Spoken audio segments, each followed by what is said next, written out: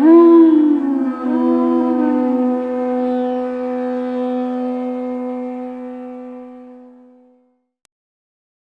Jnanatimirandhasya Jnananjana-shalakaya Chakshurunmilitam Yena Tasmai Shri Gurave Namaha Shri Chaitanya Manobhishtam Sthapitam Yena Bhutale Swayam Rupa Kadamahyam Dadati Swapadantikam Vandeham Shri Guroho Shri Udapadakamalam Shri Gurun Vaishnavamscha Shri Rupam Sagrajatam Sahagan Raghunathan Vitam Tam Sajivam Sadvaitam Savadhutam Parijana Sahitam Krishna Chaitanya Devam Shri Radha Krishna Padam Sahagana Lalita Shri Vishakhan Vitamscha He Krishna Karuna Sindho Dinabandho Jagatpate Gopesha Gopika Kanta Radha Kanta Namostute Tapta Kanchana Gaurangi Radhe Vrindavaneshwari Rishabhanu Sute Devi Pranamami Hare Priye Vancha kalpatarubhyascha kripa sindhubhya evacha patitanam pavanebhyo vaishnavebhyo namo namah Jaya Shri Krishna Chaitanya Prabhu Nityananda Shri Advaita Gadadhara Shivasadi Gaur Bhakta Vrinda Hare Krishna Krishna Krishna Hare Hare Hare Rama Rama Rama Hare Hare Nama Om Vishnu Padaya Krishna Prishtaya Bhutale Srimate Bhaktisiddhanta Saraswati iti namine. I offer my respectful obeisances unto His Divine Grace, Srila Bhaktisiddhanta Saraswati Thakur, who is very dear to Lord Krishna, having taken shelter at His lotus feet. Shri Varshabhanavi Devi Dayitaya Kripabdhaye Krishna Sambandha Vijnana Dayane Prabhave Namaha. I offer my respectful obeisances unto Shri Varshabhanavi Devi Dayata Dasa, who is favored by Srimati Radharani, and who is the ocean of transcendental mercy and the deliverer of the science of Krishna. Madhuryo jvala premarhya Shri Rupa Nuga Bhaktida Shri Gaura Karuna Shakti Vigrahaya Namostute. I offer my respectful obeisances unto you, the personified energy of Sri Chaitanya's mercy, who delivered devotional service which is enriched with conjugal love of Radha and Krishna, coming exactly in the line of revelation of Srila Rupa Goswami. Namaste Gauravani Shri Murtaye Dinatarine Rupa Nuga Viruddhapa Siddhanta Dhvanta Harine. I offer my respectful obeisances unto you, who are the personified teachings of Lord Chaitanya. You are the deliverer of the fallen souls. You do not tolerate any statement which is against the teachings of devotional service enunciated by Srila Rupa Goswami. So today, as we know, is the divine appearance day of Srila Bhaktisiddhanta Saraswati Thakur, Srila Prabhupada, the spiritual master of His Divine Grace A.C. Bhaktivedanta Swami, Srila Prabhupada, who is the founder and Acharya of the International Society for Krishna Consciousness. Srila Bhaktisiddhanta Saraswati Thakur was, of course, the founder of the Gaudiya Math. And his preaching in especially the 1920s 20s, beginning at the turn of the last century, about 100 years ago, just about. His preaching at that time was so strong that there was no chance for non-devotional ideas to flourish, at least in West Bengal, where the headquarters, Sri Mayapur Dham, was located. And he spent so many years working very, very hard to establish that institution, which inspired our own Srila Prabhupada, His Divine Grace A.C. Bhaktivedanta Swami Prabhupada. And we're all sitting here today because of his very difficult efforts.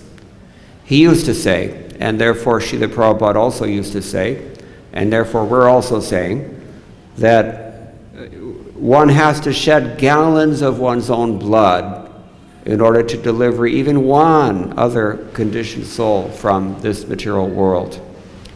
How many gallons of blood are there in a human body? Any doctors here? I think, Sorry? How much? 5 liters, I'm told. So you can imagine what it means to shed gallons of your own blood. You have to put yourself out to that degree. He said this. He chose his words very carefully. We'll read a few essays that he wrote in which you'll see that for yourself. But Bhaktisiddhanta Saraswati Thakur's preaching in general had a few characteristics that we can just mention in passing. As has already been stated in his pranama mantras, he did not tolerate any statement that was against the principles enunciated by Srila Rupa Goswami. That was maybe his chief characteristic. He is called Narasingha Guru. Why is he called Narasingha Guru? Does anyone know? I mean, there's no definitive answer as far as I'm aware, but yeah, the stereotype is that whenever he would see Mayavadi sannyasis coming, he would just harass them and yell at them until they give up their ideas. So Narasingha, the idea is that he would display this kind of anger. I was thinking this morning, another reason we can call him Narasingha Guru is because, like Lord Narasingha, he is very expert in removing all the obstacles to pure devotional service. Bhakti Vighna Vinashaka, Narasingha. And this was the emphasis of Bhaktisiddhanta Saraswati Thakur's preaching. He focused, of course, on 2 groups mainly, or two groups of groups, we could say. The caste Goswamis on one hand, those who said that one is a Goswami by birth and not necessarily by controlling the senses. And those who are Sahajiyas, especially he focused his transcendental, focused intelligence, pointed arguments at those who were actually trying to evade or exploit the Supreme Personality of Godhead.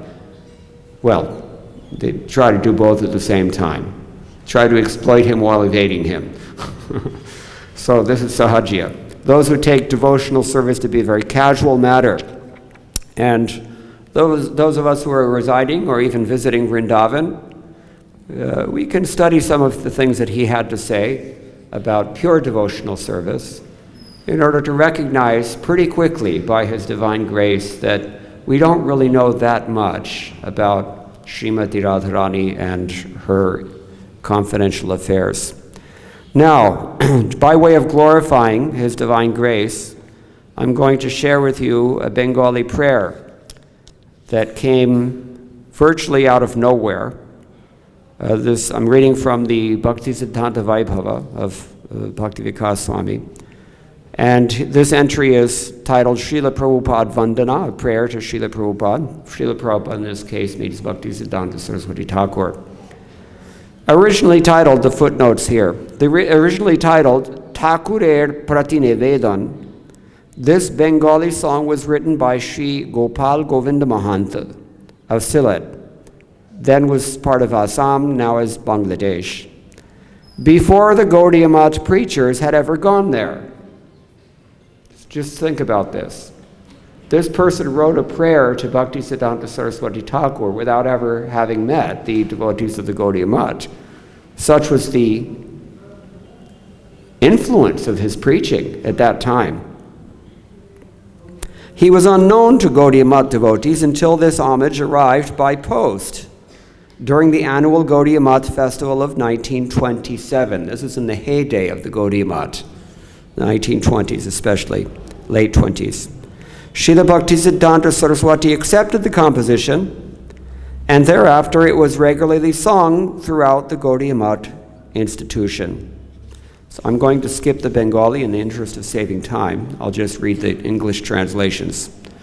Glory, glory, glory to Srila Bhaktisiddhanta Saraswati Goswami Thakur, the great personage and devotee situated on the highest level of devotional service. He is most merciful and is the means of success for the fallen and hopeless. It's too beautiful in Bengali to give up. Let me just... Jaya re jai Shri Paramahamsa Mahashaya Srila Bhaktisiddhanta Saraswati Goswami Thakur Jai Parama Karunamai Dinahina Agati Ragati.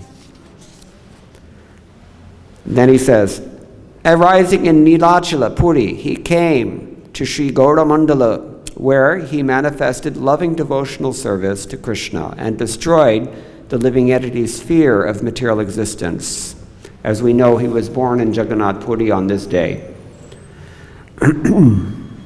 Although I have no ability, I sing your glories, but I will be able to do so if you empower me.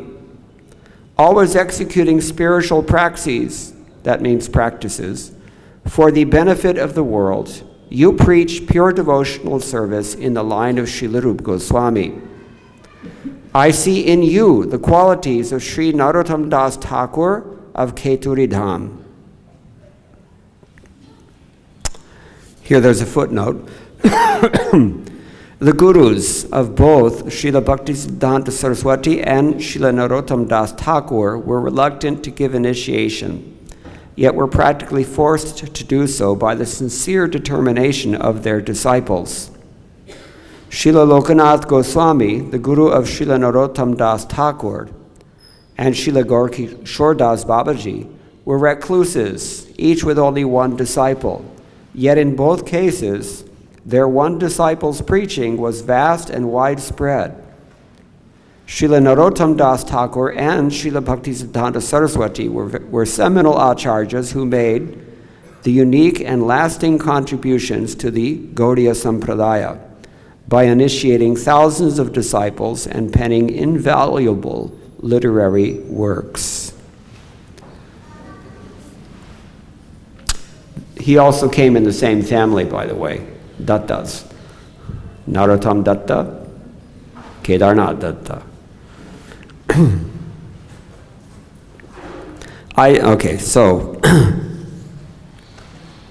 Hearing from you the crux of all scriptural conclusions, whereby you stop the deception of mundane wranglers, I am simply astonished. This person never met the Gaudiya Math devotees before. Devotees become anxious because all bona fide conceptions of pure devotional service were engulfed by superstitions. But by shooting the arrow of proper scriptural conclusions, arrow, this is an analogy given in the Bhagavatam also. In fact, there's a word for it, girbana. One's speech is like an arrow. So,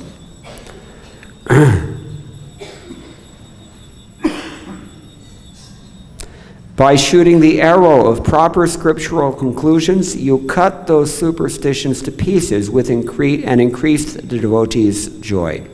Considering that the clouds of smarta opinions had covered the sunshine of pure devotional service, you churned the ocean of revealed scriptures. Thus, from all directions arose strong winds of correct scriptural conclusions, to dispel those clouds. Very poetic. Smartha mata jaladhara, Shuddha bhakti ravikara, Achadilo bhavya antare, Shastra sindhu manthanete, Susiddhanta janjavate, Udaila digantare. You established so many mathas in so many places to teach the jiva's guileless, loving service to Krishna. The Vaishnava inhabitants of these mathas constantly distribute to the world the nectarian descriptions of the qualities of Lord Sri Hari. You bring the clear flow of the Ganga of pure devotional service to cool the lives of those burning in material existence. You send renounced preachers to every country to distribute the praises of Hari's qualities. We're sitting here because we're the recipients of the mercy of one of such preachers. It was his vision to see that this thing went worldwide, and his father's vision also. Like Lord Gaurahari, who previously smashed Mayavad and made the inhabitants of Varanasi into Vaishnavas, you too are expert in understanding and explaining the subtleties of Vaishnava philosophy. On the basis of scripture, you establish that devotional service is the essence of Daiva Varnashrama Dharma, and that if one is against Krishna Bhakti, his performance of fruitive activities, practice of mystic yoga, or cultivation of knowledge is all worthless.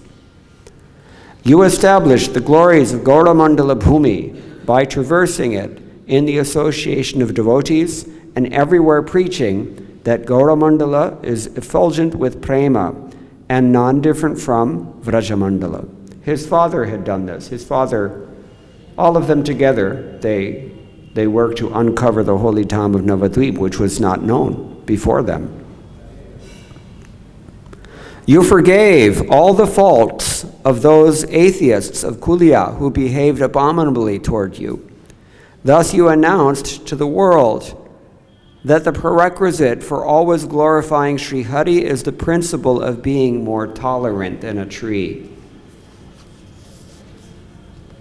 In the Vishnava Vaishnava Raja Sabha, you are decorated with the title of Patraraj, President.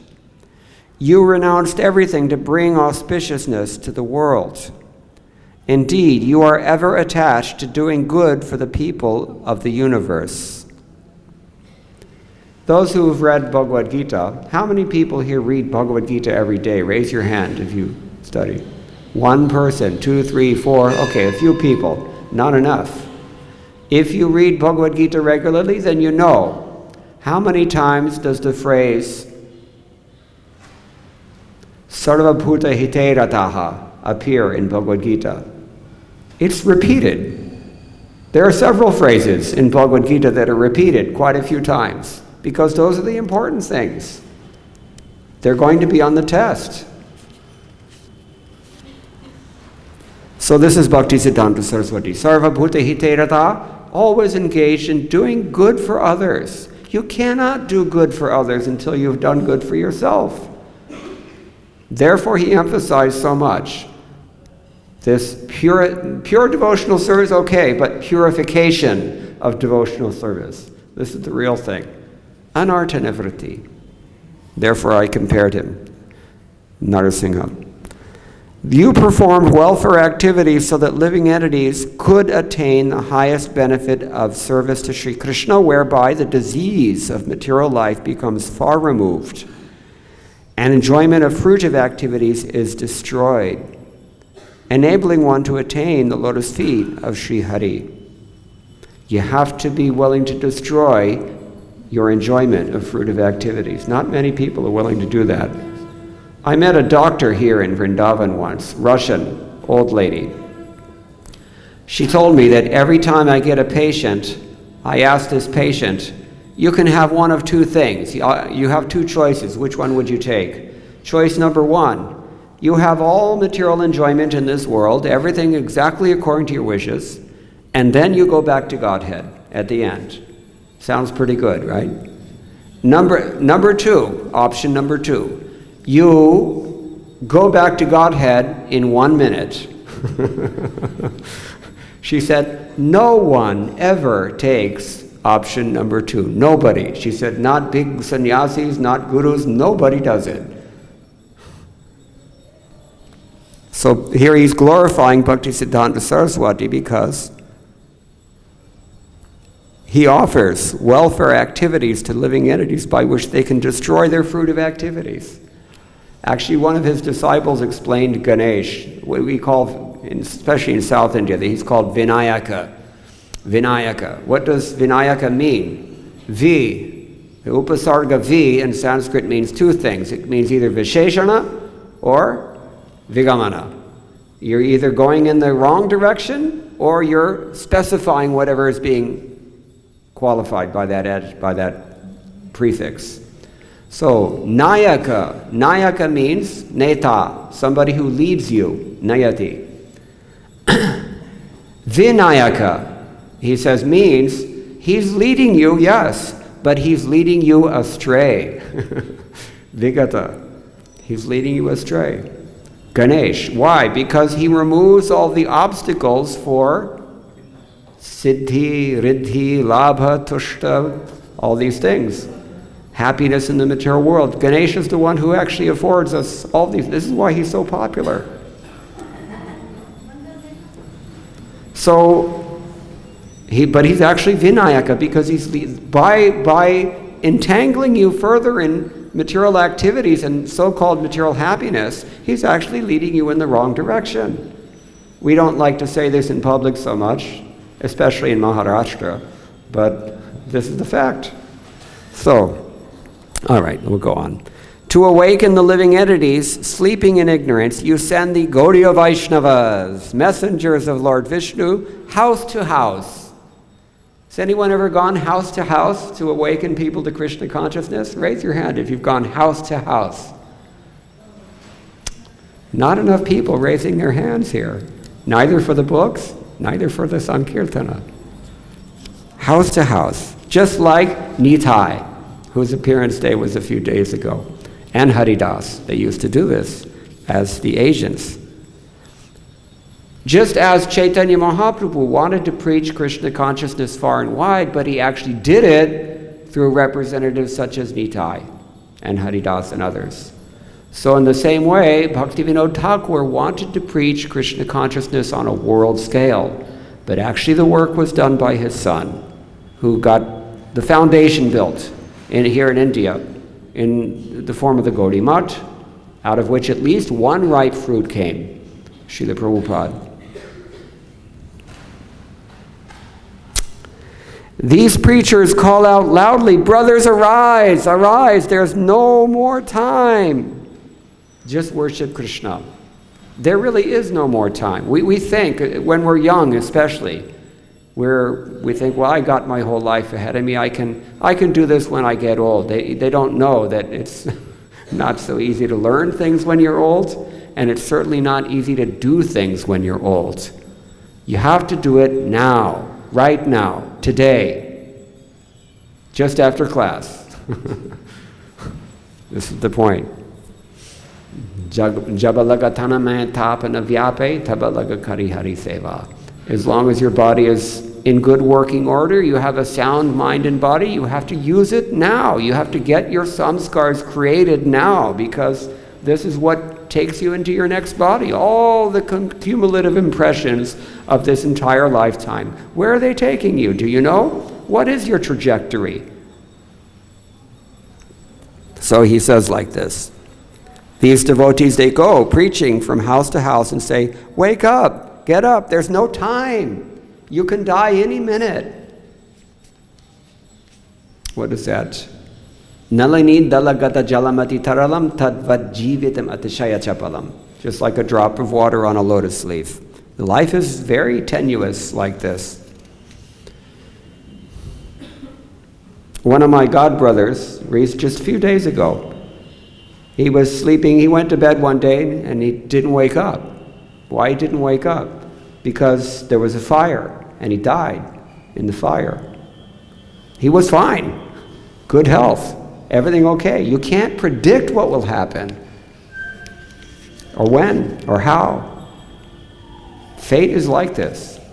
Maya. She's got this trident and she's holding it to pierce us all. We don't know that part. The trident represents the Tapatraya, threefold miseries. Okay. The glories of the infallible Lord flow like honey from your lotus mouth. Hearing your ambrosial speeches soothes the life air, dispels the darkness of ignorance, and drives far away heartfelt pain. Has anyone had heartfelt pain here? These instructions drive away that pain. The instructions of a Mahatma, Mahanta, Sheshe Mohanta Guru. Srila Prabhupada glorified his Guru in this way. Great spiritual master, Bhaktisiddhanta Saraswati Thakura. The glories of the Supreme Lord flow like honey from his lotus mouth. So it soothes the life air, dispels our dark ignorance, and drives away our pain. Oh, great personality, I know that in your heart there is not even a drop of desire for personal glorification. Your qualities are like a musician holding the veena of my voice, under whose control I play as he directs me. So he sounds like he's surrendering, this unknown person. I have heard from sadhus and gurus that by glorifying the qualities of devotees, living entities may be delivered. By following various practices of devotional service, life becomes successful, and the ocean of material existence is happily crossed. Krishna Bhakti Samudaye Janma Shafal Hai. Janama Shafal Hai. E Bhavasagar Tare Sukhe. Thus I am trying to glorify you in the manner of a dwarf attempting to catch the moon. I am fallen and wretched, but you do not see the faults of others. So by the strength of your qualities, please forgive me. If we receive mercy from our feeble attempts at devotional service, it's not because of our qualification, it's because of their qualification. They're so merciful. Unbelievable mercy. Shri Gauranga Parishada Thakura Bhakti Vinoda Dinahina Patitera Bandhu Kalitamo Vinashite Anilena Avanite Tomava Lanka Purnaindu. Srila Bhakti Vinod Thakur, an associate of Lord Chaitanya and friend of the fallen, brought you into this world. All glories to the Grahastas, those who were real Grahastas, because you never know who's coming. We heard very nicely from Vaishnava Maharaj yesterday the importance of Garbhadhan Samskara, because that determines everything. What kind of jiva you will attract depends on your consciousness. So this is our task now. When we are absorbed in Grahastha life, that's okay, but make sure you understand this point. It is your Krishna consciousness and the changes to your own samskars that determine the trajectory of your children. And somebody has to give birth to these acharyas. They want to come in here, but somebody has to be qualified to receive them. This is the point. You are the spotless full moon for destroying the darkness of Kali Yuga. Why full moon? Why not sun? Yes, the moon is cooling. The sun can, at least in Krura Graha, the sun is considered to be in astrology. And the sun can burn you. But from the moon comes what? Huh? Yes, ojas. The soothing energy, but soothing energy.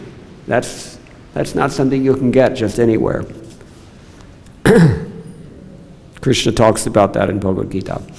Kripa kara vitarana prema sudha anukshana matiya urhuka jivagana harinama sankirtane nachaka jagata ane vaishnava dasera nibedane.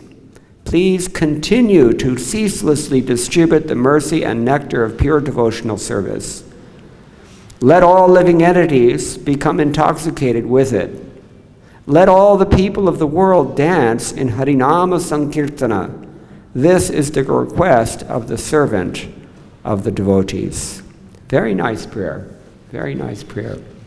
It reminds us of what Prahlad prays in the 5th canto. Swasti astu vishvasya kala prasidatam. If you go to Mathura Janmasthan and climb the steps to the big temple there at Krishna's Janmapid, you'll see this verse written over the doorway of that temple. Swasti astu vishvasya. May the whole universe be auspicious. Kala prasidatam. And may the demons, the envious, be pacified. Manashta bhadram. What is the next line? No. Before that. Second line. It's escaping me now. Jayantu bhutani shivam mithodhya. That let all living beings think of each other's welfare. We discussed this earlier. How can the demons think of each other's welfare? They never. Commentators on this verse, they observe. Therefore, manashta bhadram bhajadadar hokshaje. They have to perform devotional service, and then their minds will become auspicious. Then they can think of each other's welfare. Then the demons even will become pacified, and then the whole universe will become auspicious. Now, who has to do this? We have to do it. Jare dekhe tare kaha Krishna upadesh. Whoever you see, wherever you go, you are expected to do something. You have responsibilities, whether you realize it or not. Every human interaction, is it going to elevate this person or not? We have to try. We're flawed in so many ways. Actually, as we said earlier, we're only being carried by divine grace. But when they see that we are trying to perform this task that we've been entrusted with, then they will give us their mercy. So he's manashta bhadram bhajadara rokshaje aveshyatam no matirapyahetigi. Prahlad says, may even our minds be suffused, or enter deeply into this mentality of doing good for the entire universe. Once I was in Kashi, Benares, at maybe it was in Asighat, I think. Those who know Benares will know where this is. So I saw one man, he's going all along the ghat, all along the bank of the river on the Benares side. There are little shrines here and there. You see them all over India. Little orange. Hanuman is there, Ganapati is there. In Kashi you have a few others also. You have Saraswati, you have so many others, gods and goddesses. Vishnu also, Lord Shiva. So he's doing puja in every single one of them. I saw this when I was bathing. And so finally when I came out, he was right there. So I asked him, what are you doing? I said, why are you doing this? I asked him. He said, I'm not doing this for my benefit. I'm doing this Jagad Kalyan ke liye, usne kaha. He said, I'm doing this for the benefit of the entire universe.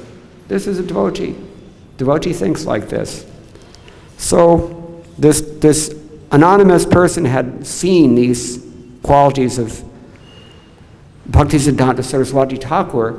It would appear just by the great success and the fame that Gaudiya Math had achieved due to his great efforts in preaching Krishna consciousness. So he's written these wonderful words, and they still sing this in the Gaudiya Math. It's a very, very nice prayer. And now, we mentioned we were running out of time, but we have a few minutes, so I'm going to choose a short selection here, which anyone in any religious institution will be able to appreciate. We're in ISKCON. ISKCON is a society. And we know that there are difficulties in creating a society. There are difficulties in maintaining a society. It's not so easy. So he wrote an article.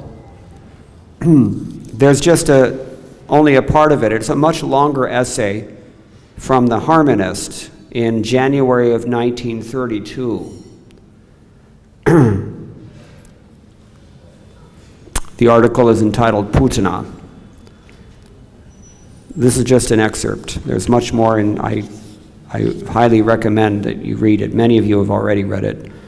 Sri Krishna manifests his eternal birth, the pure cognitive essence of the serving soul, who is located above all mundane limitations. King Kamsa is the typical aggressive empiricist, ever on the lookout for the appearance of the truth for the purpose of suppressing it before it has time to develop.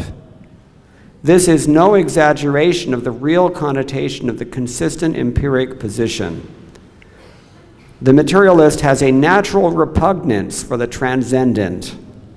He is disposed to think that faith in the incomprehensible is the parent of dogmatism and hypocrisy in the guise of religion. We hear this all the time. Why do people say, I'm spiritual but not religious? Why do they say like this? Why are people not religious at all or not spiritual at all?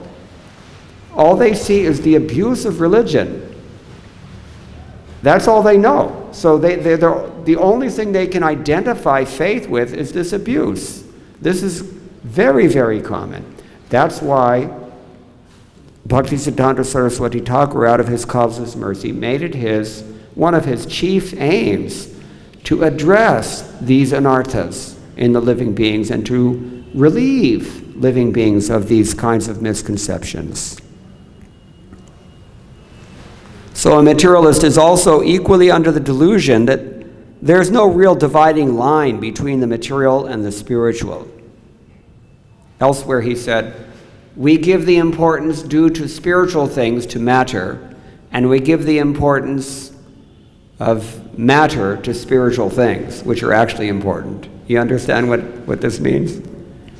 We treat material things as if they were as important as the eternal. And we treat the eternal thing as if it was inconsequential as the material. This is the idea. He strengthened his delusion by the interpretation of scriptures by persons who are like-minded with himself. In other words, rascals. The kinds of people that Prabhupada used to say, I kick on your face with boot. This includes all the lexicographic interpreters. The lexicographical interpretation is upheld by Kamsa as the real scientific explanation of the scriptures and is perfectly in keeping with his dread of and aversion for the transcendental. Now, what does this mean? That's a big word, lexicography. Anybody know what it means? Somebody here. Few. Basically, a lexicographer is the person who writes dictionaries. They're supposed to be big scholars. Actually, this is something I've reflected on because as a translator, I found that you don't really know what words mean. We have commentaries in order to tell us what words mean in any given shloka. The dictionary is not enough, not only because with a language as old as Sanskrit, you can have at least, 3 or 4 dozen different interpretations of that word, but really the authority is the Acharya. Why do I say this? Because if you study dictionaries, you will see the lexicographers themselves, those who compile dictionaries, they have to give some attestation. They have to show, how do we know that this word means what it means? They will say this word comes from, the 17th century, it was used for, to refer to this or that. So in Sanskrit, our acharyas do the same thing. They're referring to standard dictionaries that all the acharyas accept, but sometimes they just say that a word that you would think you already know the meaning, but it means actually something else in that context. We depend on acharyas. They are the ones who arbit all meaning. And because acharyas are the arbiters of all meaning, therefore the spiritual master is also the arbiter of all meaning. He is the one who decides, what does a word mean? Srila Prabhupada sometimes uses standard English words in non-standard ways. This is why devotees also do so. Anyway, so this is what Bhaktisiddhanta Saraswati Thakura is saying here. I should just read because we're running out of time.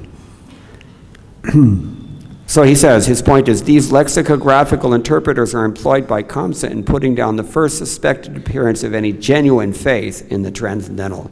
King Kamsa knows very well that if the faith in the transcendental is once allowed to grow, it is sure to upset all his empiric prospects.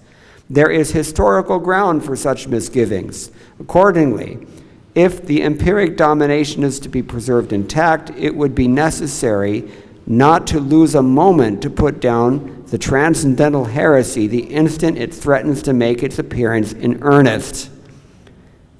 King Kamsa, acting on this traditional fear, is never slow to take scientific precaution of deputing empiric teachers of the scriptures backed by the resources of dictionary and grammar and all empiric subtleties to put down by show of specious arguments based on hypothetical principles the true interpretation of the eternal religion revealed by the scriptures. Are you following this? It's tough language, I know. He's saying, at the first appearance of any genuine faith in the spiritual, people who are like Kamsa, they try to suppress that faith with some sort of appeal to pseudo-scientific or pseudo-objective reality. This is the point. They don't like that faith can flourish at all because it threatens their aims. Kamsa is strongly persuaded that faith in the transcendental can be effectively put down by empiricism if prompt and decisive measures are adopted at the very outset. He attributes the failure of atheism in the past to the neglect of the adoption of such measures before the theistic fallacy has had time to spread among the fanatical masses. All right, I'm going to skip ahead because we're just running out of time. His point in commenting in this way is that Putana represents these teachers who will try to steer your faith in a different trajectory than Prabhupada steers it. This is the point. Then he says some very interesting things. It is not from any deliberate opposition to the ordained clergy that, here we go. The churches, the church that has the best chance of survival in this damned world is that of atheism under the convenient guise of theism. You will secure the flourishing of an institution, if you can, a religious institution, if you can introduce atheism in the name of your philosophy. That will ensure that the institution goes on. This is what he's saying. He's not from, therefore, the churches have always proved the staunchest upholders of the grossest form of worldliness, from which even the worst of the non-ecclesiastical criminals are found to recoil. In other words, we see abuses among religious people that would shock even hardened criminals. That's what he's saying. It is not from any deliberate opposition to the ordained clergy that these observations are made. The original purpose of the established churches of the world may not always be objectionable, but no stable religious arrangement for instructing the masses has yet been successful. Now, mind you, he's writing all of this at a time that he's personally working very hard, shedding gallons of blood to establish a religious institution. This is the irony. The Supreme Lord Sri Chaitanya Mahaprabhu, in pursuance of the teachings of the scriptures, enjoins all absence of conventionalism for the teachers of the eternal religion. It does not follow that the mechanical adoption of the unconventional life by any person shall make him a fit teacher of religion. Regulation is necessary for controlling the inherent worldliness of conditioned souls, but no mechanical regulation has any value even for such a purpose. The bona fide teacher of religion is neither any product of nor favorer of any mechanical system. In his hands, no system has likewise the chance of degenerating into a lifeless arrangement. In other words, as long as you've got a pure devotee on hand, your institution will be safe, because he's the adhyaksha. This is the idea. The mere pursuit of fixed doctrines and fixed liturgies cannot hold a person to the true spirit of doctrine or literature. The idea of an organized church in an intelligible form indeed marks the close of the living spiritual movement. The great ecclesiastical establishments are the dikes and the dams to retain the current that cannot be held by any such contrivance. They indeed indicate a desire on the part of the masses to exploit a spiritual movement for their own purpose. One of my very senior god sisters, who was once Prabhupada's servant, believe it or not, told me that she prays that she can always assist Srila Prabhupada in his preaching movement, life after life, but only in the beginning of that movement. Because we see that a spiritual movement, as it grows and flourishes through preaching attracts karma and gyan. And once the karma and gyan is attracted, it has to be stored somewhere. It will be stored in the institution. And then from that point on, the institution attracts people who are looking for karma and gyan rather than Krishna. This is the problem. Therefore, the small things, grassroots things, beginning things, this is the healthy position. This is what he's saying here, he's implying at least. So, they also unmistakably, that is to say religious institutions, they unmistakably indicate the end of the absolute and unconventional guidance of the bona fide spiritual teacher. The people of this world will understand preventive systems. They have no idea at all of the unprevented, positive, eternal life. Law is necessary where love has already failed. That's really the essence of what he's getting at here. We have so many official institutions and so many laws within those institutions, but they all can do a poor job of replacing love. Really, love has to be there. This is the point. Okay. Neither can there be any earthly contrivance for the permanent preservation of the life eternal on this mundane plane, on the popular scale. Small scale, you can maybe do it sometimes. On the popular scale, no. Those are therefore greatly mistaken who are disposed to look forward to the amelioration of the worldly state in any worldly sense from the worldly success of any really spiritual movement. Worldly success. It is these worldly expectants who become the patrons of the mischievous race of pseudo-teachers of religion, the Putanas, whose congenial function is to stifle the theistic disposition at the very moment of its suspected appearance. Not the moment of its appearance, the moment of its suspected appearance. They're very vigilant, and they're everywhere. Prabhupada said there are demons even in ISKCON. He said this.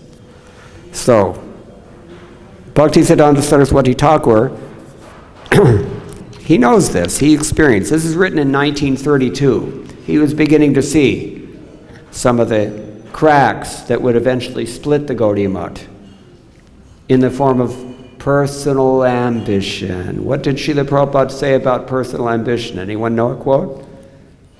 Personal ambition will ruin everything, Prabhupada said. Whole institution. So, but the real theistic disposition can never be stifled by the efforts of those Putanas. The Putanas have power only over the atheist. So understand very clearly from this statement, if you feel threatened by the efforts of these putanas, or if you are influenced by Maya for that matter, it is because there is some degree of atheism remaining within your heart. Atheism. He put it very clearly, as he characteristically always does. There's a reason that Srila Prabhupada was so clear and forceful in his preaching. It's because he was the disciple of Bhaktisiddhanta Saraswati Thakur, who did Viruddhapa Siddhanta Dvanta Harine. He did not tolerate any pseudo-spirituality. Hypocrisy, in a word. We have a word for it in English. It's called hypocrisy. So, the Putanas have power only over the atheist. It is a thankless but salutary task which they perform for the benefit of their unwilling victims. As soon as the theistic disposition proper makes its appearance in the pure cognitive essence of the awakened soul, the Putanas are decisively silenced at the very earliest stage of their encounter with the newborn Krishna. Remember? He's talking about Putana and Krishna. What he's saying here is, in essence, that when there is pure Krishna consciousness, then nothing will faze you. We have Srila Prabhupada's books. It is only because of Srila Prabhupada's books that we can see why, Mayavadi businessman from Coimbatore, for example, is not teaching bona fide spirituality and cannot help us. It's only because of Srila Prabhupada. It's only because of his books. Therefore, Srila Prabhupada said, books are the basis. When asked by a reporter, what will happen to the Hare Krishna movement when you die? Srila Prabhupada immediately answered, without missing a beat, I will never die. I will live forever in my books. And as we know, the follower lives with him, but you have to follow. That means you have to read. It means you have to hear. Hearing means acting, but acting means hearing also. If you have to hear. So to keep Srila Prabhupada in the center of this institution, and to keep this institution spiritual and healthy as it was originally intended, we have to keep Srila Prabhupada's books in the center. Where is the center? It's in each of our hearts. Every day we have to hear from Srila Prabhupada. Then we can be safe. We can feel safe. So, Srila Bhaktisiddhanta Saraswati Thakur, there's so many things we can say about this and about Bhaktisiddhanta Saraswati Thakur generally. But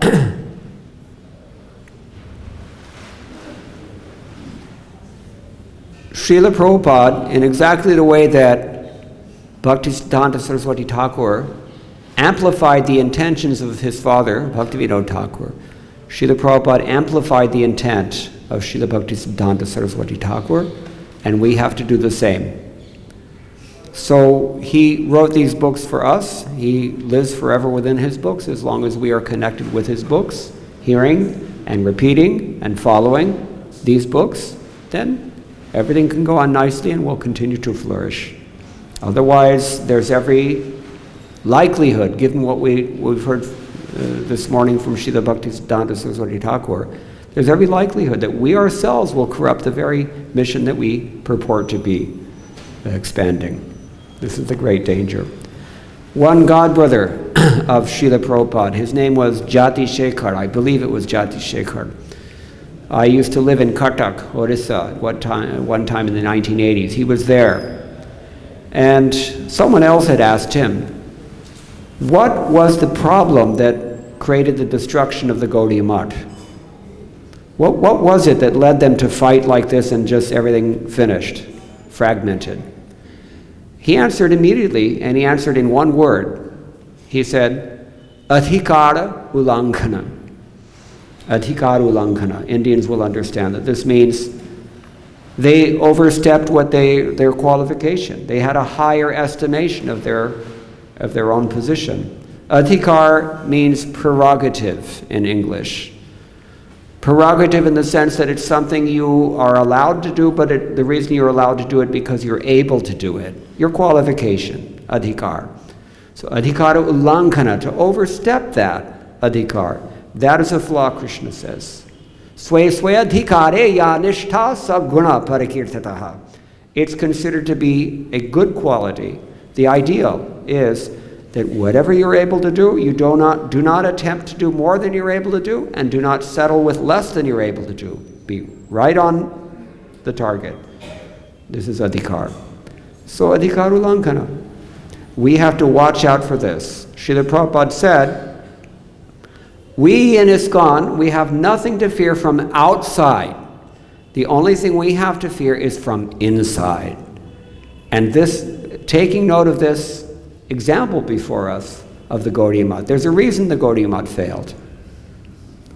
Taking advantage of this example and learning from this example, we have to be on constant guard against this adhikar ullankana, because that is the primary characteristic of the prakrita sahajya, the person who takes devotional service to be very casual, the person who believes that he's very highly qualified to enter into things that he actually should not even be hearing about.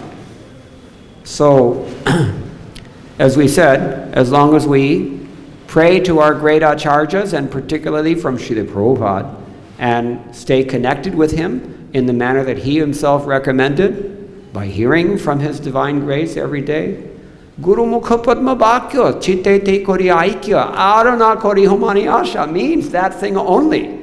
Do not distract with anything else. Just focus on the words emanating from his lotus mouth. Then you'll get Sri Guru Charane Rati. And Eshe Uttamagati, which is the best thing you could hope for. And Jai Prasade Pure Sarva Asha. Whatever you could desire is fulfilled. Srila Bhaktisiddhanta Saraswati Thakur Maharaj Srila Prabhupada Ki Jai. His Divine Grace A.C. Bhaktivedanta Swami Srila Prabhupada Ki Jai. Srila Gaura Govinda Maharaj Ki Jai. I should mention, today is also the appearance or disappearance day? Yeah, of Gaura Govinda Maharaj. So there will be some festival. It's already been announced at Mangalarati. So I don't really have enough adhikar to say much about him. I didn't have any of his association. But we can attend the program later on in the morning. Srila Prabhupada Ki Jai.